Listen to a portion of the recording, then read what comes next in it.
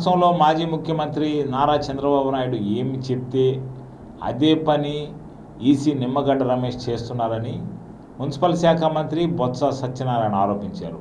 ఆయన వైజాగ్ నుంచి మీడియాతో మాట్లాడారు. ఈ సందర్భంగా ఆయన మాట్లాడుతూ శాసనసభ తీర్మానం చేసిందని, కోవిడ్ సెకండ్ వేవ్ వస్తున్న నేపథ్యంలో ఇప్పట్లో స్థానిక ఎన్నికలు జరపలేమని చెబుతుంటే గవర్నర్కు లేఖ రాశారని, ఈ లేఖ ఆంధ్రజ్యోతిలో మాత్రమే ఎందుకు వచ్చిందని ఆయన ప్రశ్నించారు. కరోనా నేపథ్యంలో ఎన్నికలు స్థానిక సంస్థ ఎన్నికలు నిర్వహించడం సమంజసం కాదు.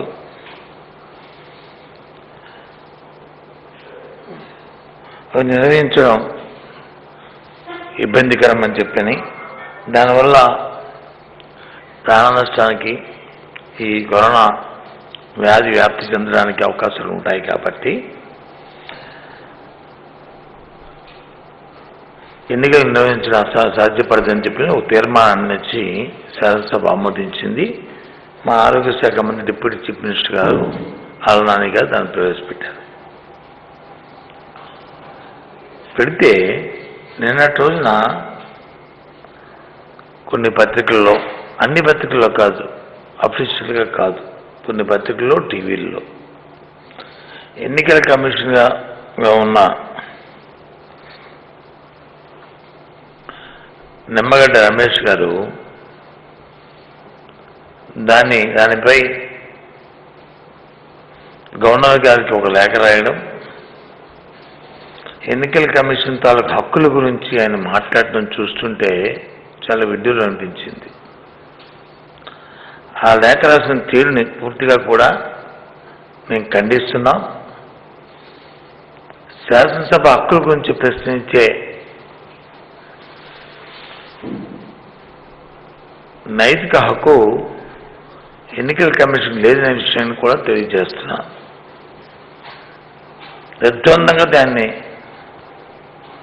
తోసిపుస్తున్నాం. ఎందుకు చెప్తున్నానంటే, ప్రజలతో ఎన్నుకోబడిన సభది. ఆ సభకి హక్కు కంటే బాధ్యతలు ఉన్నాయి మాకు. ప్రజల తాలూకా ఆ తీర్మానంలోనే చెప్పారు మా మంత్రి గారు, ప్రభుత్వానికి ప్రజా ధనమాన ప్రాణాలను రక్షించే కాపాడాల్సిన బాధ్యత ప్రభుత్వానికి. కాబట్టి ఈ నేపథ్యంలో ఈ కరోనా మళ్ళీ రెండవసారి సెకండ్ వేవ్ విజృంభిస్తున్న నేపథ్యంలో ఇది సాధ్యపడదు అని చెప్పని మా అభిప్రాయాన్ని తీర్మాన రూపంలో మేమందరం మా అభిప్రాయాన్ని చెప్పాం. చెప్తే ఆయన శాసనసభకి ఆ హక్కు లేదు అని నిమ్మగడ్డ గారు మాట్లాడడం చూస్తుంటే చాలా ఆశ్చర్యం ఇస్తుంది నాకు. దాంతోపాటు గవర్నర్ గారికి ఆయన లేఖ రాస్తూ గవర్నర్ గారికి వచ్చి ఆయన సలహా ఇస్తున్నాడు, ఆయన సూచన చేస్తున్నాడు. మీరు అవసరమైతే అటార్నీ జనరల్తో మాట్లాడండి, సుప్రీంకోర్టులో వెళ్ళండి, ఇది సలహా ఇస్తాడు. నాకు ఏమనుకుంటున్నాడు ఆయన,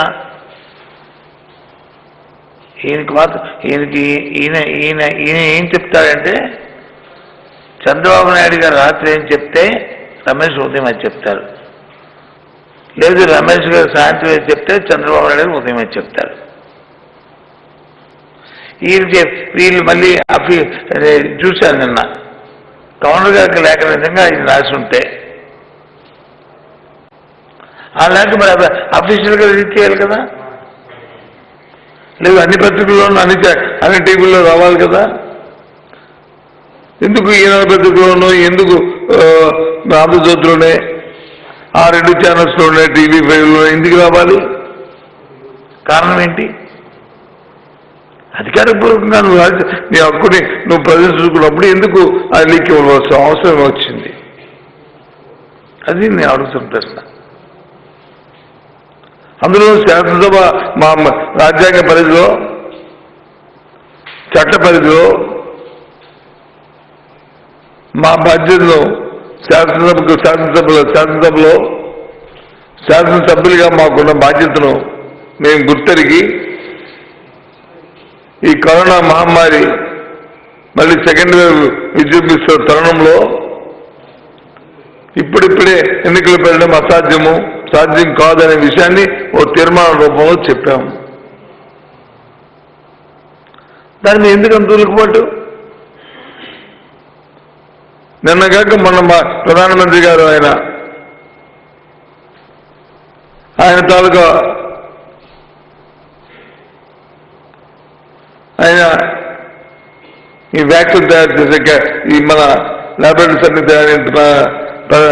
దర్శించినప్పుడు కానీ పరిశీలించినప్పుడు కానీ లేదా మన్ కీ బాత్లో దీంట్లో ఆయన మాట్లాడినప్పుడు కానీ ఏం చెప్పారు? జనవరిలో ఈ టీకా వస్తుంది, వ్యాక్సిన్ వస్తుంది, సుమారు రెండు నెలలు సమయం పడుతుంది. దాని ముందు ఫ్రంట్ బారియర్గా ఎవరుంటారో వాళ్ళకి, తర్వాత వచ్చి 50 సంవత్సరాలు 60 సంవత్సరాలు పైబడిన వారికి అంచెంచుడిగా దాన్ని వేసుకు వెళ్ళాలి. ఒకేసారి అందరికీ ఇస్తే అవ్వడానికి అవకాశం లేదు కాబట్టి ఓ 2-3 నెలల సమయం పడుతుంది. సాక్షాత్తు భారతదేశ ప్రధానమంత్రి దేశ ప్రజలందరికీ విషయాన్ని తెలియచెప్పారు.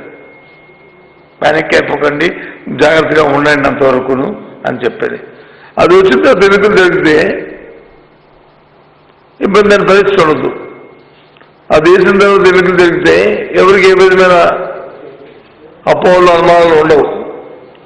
కానీ ఎందుకు ఈ తొందరపాటు నాకు అర్థం అవట్లేదు. మరి ఇదే తొందరపాటు ఉంటే మరి 2018లో ఎన్నికలు అయిపోయిన తర్వాత మరి ఆ రోజు ఈయన ఎన్నికల కమిషన్గా నియమించిన తర్వాత మరి చంద్రబాబు నాయుడు ఉన్నప్పుడు ఎందుకు ఎన్నికలు పెట్టలేదు? చంద్రబాబు వృత్తిని మానేశారా మీరు? ఇప్పుడే మీకు తెలిసింది హక్కు, ఇప్పుడే తెలిసింది మీ తాలూకా బాధ్యత.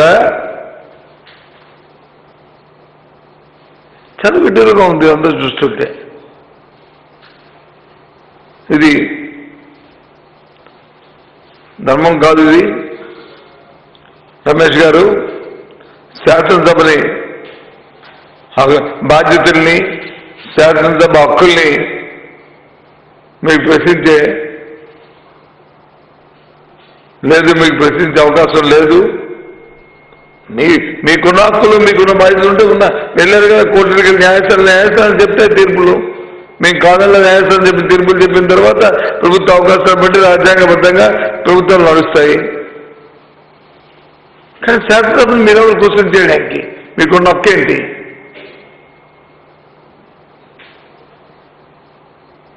ఏ రకంగా కాదే.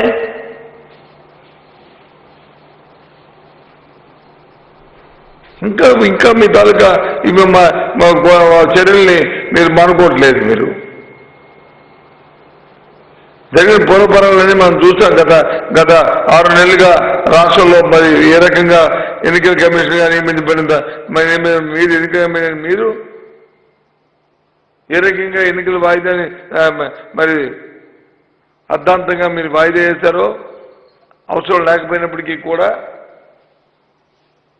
ఆ తర్వాత జరిగిన పరిణామాల్లో ఏ విధంగా ప్రతిపక్ష పార్టీతో మీరు కుమ్మక్కయ్యారో, ఏ రకంగా చంద్రబాబు నాయుడు కనుసరణలో మీరు వచ్చి మీ కార్యాచరణలో జరిగినాయో రాష్ట్ర ప్రజలందరూ కూడా చూశారు. అయినప్పటికీ కూడా మేము సమయం పాటిస్తూ మేము వస్తూనే ఉన్నాం. సాక్షాత్తు శాసనసభలో చేసిన తీర్మానాన్ని వచ్చి మీరు క్వశ్చన్ చేస్తూ మా బాధ్యతలు వచ్చి మీరు మమ్మల్ని ప్రశ్నిస్తూ మమ్మల్ని గేలి చేస్తూ మాట్లాడడం చాలా. అందుకే నేను ముందుకు వచ్చి ఇవాళ మాట్లాడుతున్నాం. మాకు తెలుసు మా బాధ్యతని. శాసనసభ్యులుగా, ప్రజాప్రతినిధిగా మా నియోజకవర్గంలో మా ప్రజలు మమ్మల్ని ఎన్నుకొని వాళ్ళ ధనమాన ప్రాణాలని, వాళ్ళ అభివృద్ధిని కాంక్షించమని మమ్మల్ని పంపించారు. మా అందరితోని రాష్ట్ర ప్రభుత్వం ఏర్పాటైంది. మా నాయకుడు జగన్మోహన్ రెడ్డి గారు. ఈ ప్రభుత్వం వారి తాలూకా రక్షణ కోసం, వారి తాలూకా ఆరోగ్యం కోసం, వాళ్ళ అభివృద్ధి కోసం మేము చేస్తున్న కార్యక్రమాల్ని, చట్టబద్ధంగా రాజ్యాంగబద్ధంగా చేస్తున్న కార్యక్రమాలకి ఎవరితోనో మీరు లాలూచి చేయి ప్రతిపక్ష పార్టీ తెలుగుదేశం పార్టీతో మీరు ఆ రోజు ఆయనతో అక్కడ నియమించబడ్డారు కాబట్టి వారికి గురుదక్షిణగా ఈ కార్యక్రమాలు చేస్తానని చెప్పడం భావ్యం కాదు.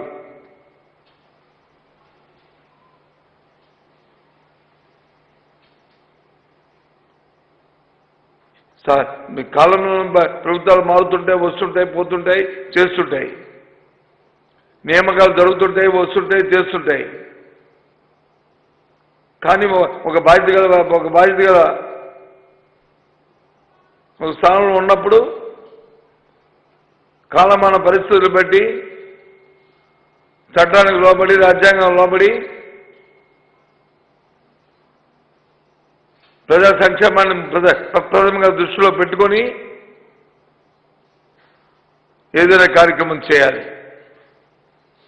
ఇవాళ రాష్ట్రంలో చాలా సున్నితమైన అంశాలు ఇవాళ ఉన్నాయి. సున్నితమైన సమయం ఇది. రాష్ట్రంలో కాదు, దేశం, ప్రపంచమంతా కూడా ఈ కరోనా మహమ్మారితో కొట్టుమిట్టాడుతున్న నేపథ్యం. అవకాశాలు లేనప్పుడు అవకాశాలు లేవు. తప్పని పరిస్థితి అన్నప్పుడు తప్పదు. రాజ్యాంగం వెసులుబాటు అవుతున్నప్పుడు మన బీహార్లో ఎన్నికలు జరిగాయి, అది అవసరం. ఇప్పుడు ఇది అవసరం కాదే. అవసరమైనప్పుడు మేము ఎన్నికలు పెట్టమని మేము మా 14 ఫైనాన్స్ కేంద్ర ప్రభుత్వం నిధులు మాకు అంతకుండా పోతాయని చెప్పని ఆ రోజు పదే అడిగి ఆ రోజు ఎన్నికలు పెట్టిన నేపథ్యం ఈ ప్రభుత్వం వచ్చిన వెంటనే. అప్పుడు కరోనా ఇంకా వ్యాప్తి చెందకుండా ఇంకా వందల్లో కేసులు ఉన్నప్పుడే టక్కమని మీరు వచ్చి అర్ధాంతంగా ఎన్నికలు వచ్చి పోస్ట్పోన్ చేశారు. ఇవాళ వేల సంఖ్యలో, వందల సంఖ్యలో, వేల సంఖ్యలో ఇవాళ కేసులు వస్తున్నాయి. ప్రభుత్వం వచ్చి ఒక పక్క సున్నితమైన అంశాన్ని ఎంతో బాధ్యతగా తీసుకుంటూ దానికి తగ్గ చర్యలన్నింటినీ కూడా ఎప్పటికప్పుడు ముఖ్యమంత్రి గారు పర్యవేక్షిస్తూ దీని నుంచి ప్రాణ నష్టం జరగకుండా ఒక పక్క ప్రజల తాలూకా ఆరోగ్యాన్ని కాపాడుకుంటూ ప్రభుత్వ యంత్రాంగం అంతా కూడా అందులో నిమగ్నమే ఉంటే ఎందుకు మీకు ఈ తొందర? ఎందుకు మీకు ఈ ఆదర? పైపెచ్చు శాసనసభ తీర్మానం చేస్తే మా బాధ్యత గురించి మీరు వచ్చి ప్రశ్నిస్తున్నారు. మా హక్కులను వచ్చి మీరు బెదిరిస్తున్నారు.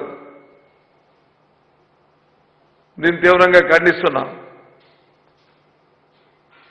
దీన్ని తీవ్రంగా కూడా దీన్ని విభేదిస్తున్నాం. దయచేసి ఇది మంచి సాంప్రదాయం కాదు. ఇప్పటికైనా రమేష్ గారు ప్రతిపక్షాలతో ప్రతిపక్షంలో మీకు వాళ్ళ మీద ప్రేమ ఉండొచ్చు, చంద్రబాబు నాయుడు మీద మీకు స్నేహం ఉండొచ్చు, మీకు ఆయనకి చుట్టకం ఉండొచ్చు. కానీ ప్రజల తాలూకా ప్రాణాలతోని, ప్రజల ఆరోగ్యంతో మాత్రం తెలంగాణ మానవద్దు దయచేసి కోరుతున్నాను.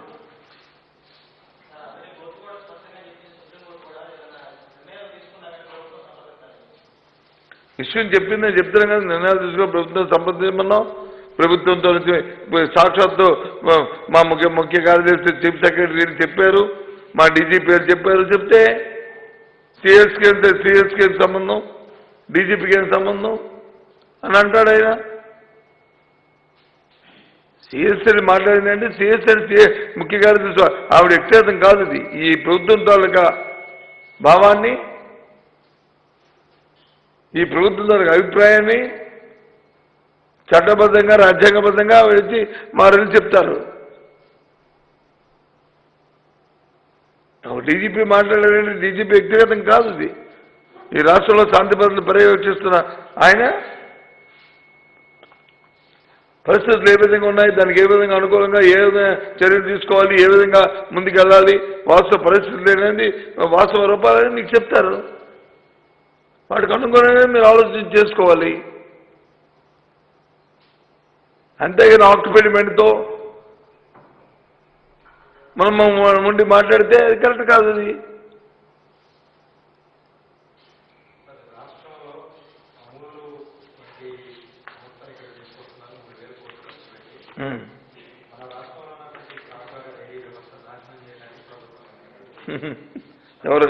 ఎవరన్నారండి?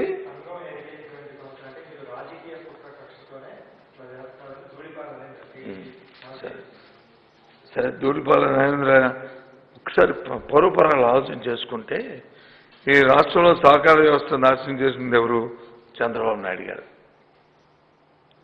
అటు పాల డైరీలు కానీ, ఇటు చెరుకు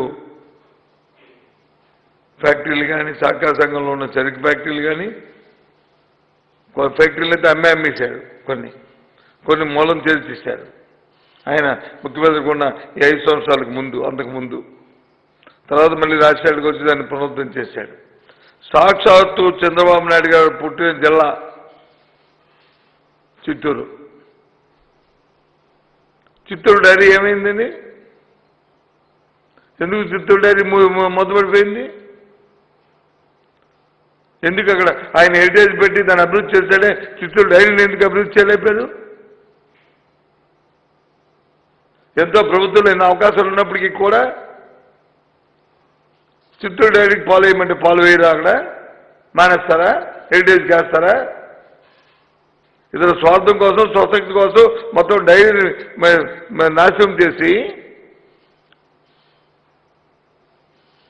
చిన్నబెల్లం పాలు పోసే రైతుల్లో వచ్చి నోట్లో మట్టి కొట్టి వీళ్ళు మాట్లాడతాడు. వీళ్ళ గుజరాత్ అమూల్ డైరీ ఎవరిది? రైతులది. దేశంలో ఉన్న రైతు సహకార వ్యవస్థలో ఉన్న వారిది. అదేమి ప్రైవేట్ కంపెనీ కాదు, దాంట్లో ఈక్విటీలు వచ్చి ప్రైవేట్ పెట్టుబడులు కాదు, దాంట్లో వచ్చిన లాభాలు వచ్చి హెరిటేజ్ లాగా వచ్చి చంద్రబాబు కుటుంబ సభ్యులకు వెళ్తున్నట్టుగా అక్కడ ఎవరి కుటుంబ సభ్యులకు వెళ్ళదు, రైతుల కుటుంబంలోకి వెళ్తాయి. ఇది ఈ భారతదేశం అంతర్భాగం. పార్వని ఎవరైనా వారు వచ్చి ఇక్కడ ఎక్కువ డబ్బు ఇచ్చి పాల్గొంటున్నప్పుడు తప్పేముంది? గ్లోబలైజేషన్లో ఇవాళ ఏ వ్యవస్థ అయినా, సంస్థ అయినా, ఏదైనా వారు పండించిన పంట కానీ, లేకపోతే ఉత్పత్తి చేసిన ఉత్పత్తులు కానీ, ఏ ఊరిలో ఎక్కువ ధర వస్తుందో, ఏ రాష్ట్రంలో ఎక్కువ ధర వస్తుందో, ఏ దేశంలో ఎక్కువ ధర వస్తుందో అక్కడ అమ్ముకుంటున్నాయి. దేశ విదేశాల్లో ఉన్నవన్నీ మన దేశంలోకి వచ్చి ఎందుకు వచ్చి ఇక్కడ వ్యాపారాలు చేస్తున్నాయి?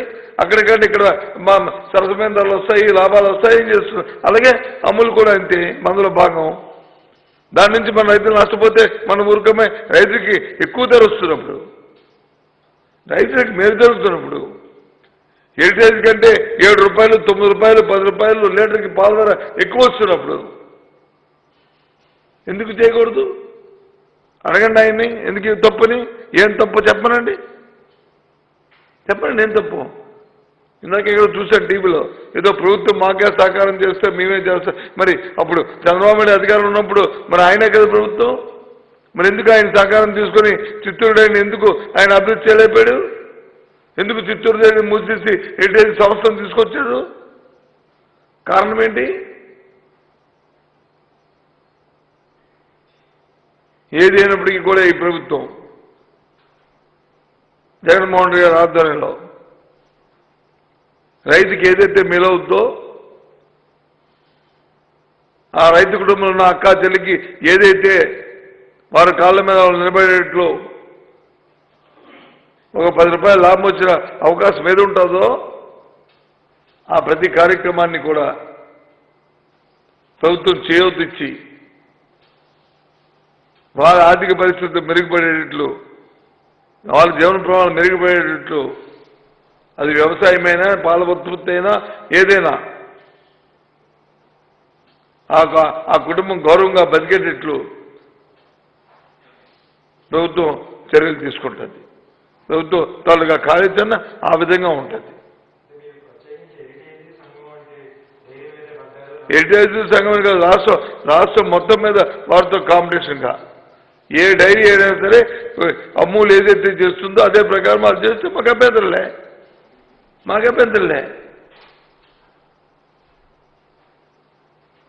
కాంపిటీషన్ వ్యాపారం చేయమనండి, తప్పేముంది, ఎందుకు చేయకూడదు? ఇన్నాళ్ళు మరి ఇంత గ్యాప్ ఇంత వ్యత్యాసం ఉంటే ఇన్నాళ్ళు దోచుకుతున్నారు కదా ప్రజల్ని, అర్థమవుతుంది మనకి.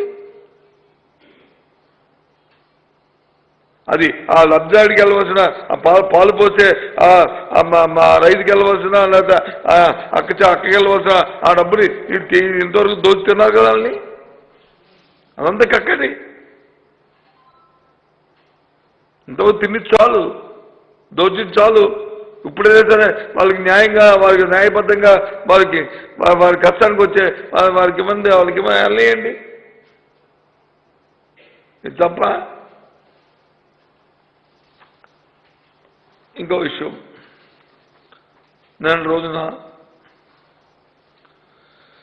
మధ్యాహ్నం 2 గంటల ప్రాంతంలో నుంచి ఏలూరు కార్పొరేషన్ పరిధిలో ఒక వింత మరి వ్యాధి అవ్వచ్చు, అది ఎందుకు వచ్చిందో అది ఇంకా ఐడెంటిఫై చేయలేకపోతున్నాం. అది అప్పటికప్పుడే కొంత ఫిక్స్ లాగా వచ్చి కొంత నోరులు వచ్చి పడిపోయి వాళ్ళని హాస్పిటల్ తీసుకెళ్ళిన తర్వాత మళ్ళీ వాళ్ళకి వైద్యం చేస్తే ఒక ½ అవర్ 1 అవర్లో మళ్ళీ రికవర్ అయ్యి మళ్ళీ అయ్యే పరిస్థితి వచ్చింది. దాన్ని వెంటనే ప్రభుత్వం అప్రమత్తమైంది.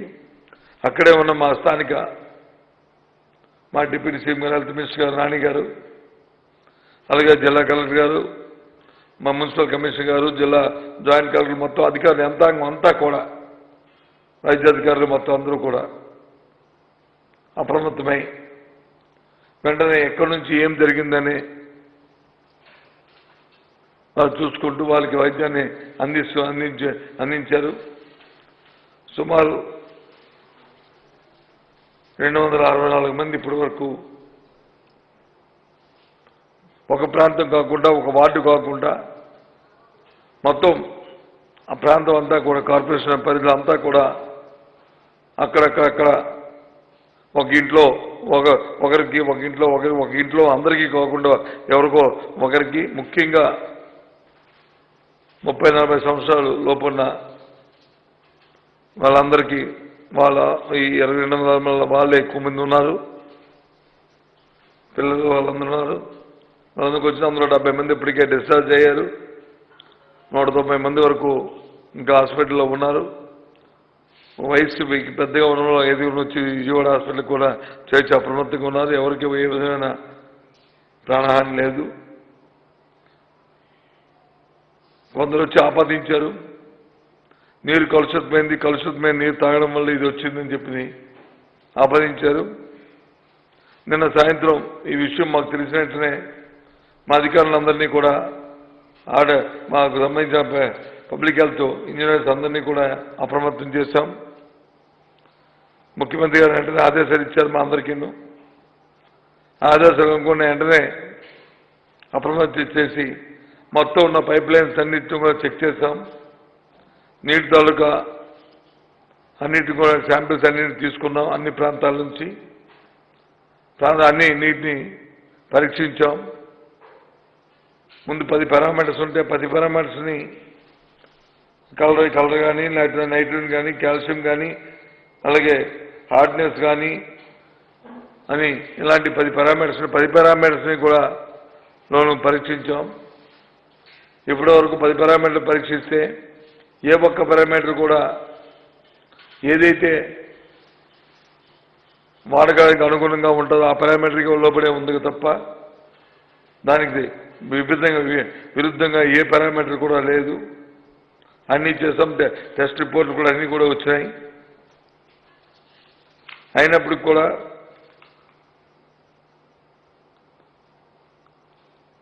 ఇంకా తగు జాగ్రత్తతో చేస్తున్నాం. ఇప్పటికే ప్రతిరోజు 32 మిలియన్ లీటర్లు ప్రతిరోజు కూడా సరఫరా చేస్తున్నాం. ఈరోజు కూడా సరఫరా చేశాం. అధికారులు పూర్తి పర్యవేక్షణలోనే ఇవన్నీ కూడా జరుగుతున్నాయి. 50 డివిజన్లోనూ ఆ పర్యవేక్షణలోనే ఈ కార్యక్రమం జరుగుతుంది. దయచేసి అపోహలు ప్రతిపక్షాలు చేస్తున్న విమర్శల్ని, వారు సృష్టించిన అపోహల్ని ప్రజలందరూ ఎవరు నమ్మొద్దని కోరుతున్నాను. ఎందుకు ఈ ప్రతిపక్ష అనే మాటని, ఎందుకు చంద్రబాబు నాయుడు అనే మాటను వాడానంటే, వారి విషయాన్ని, ఆ బాధ్యత గల మనుషుల విషయాన్ని తెలుసుకోకుండా ముందే కామెంట్ చేశారు నీరు కలుషితం అయిపోయిందని. అలా ఆ మాటలన్నీ కూడా వాస్తవం కాదు.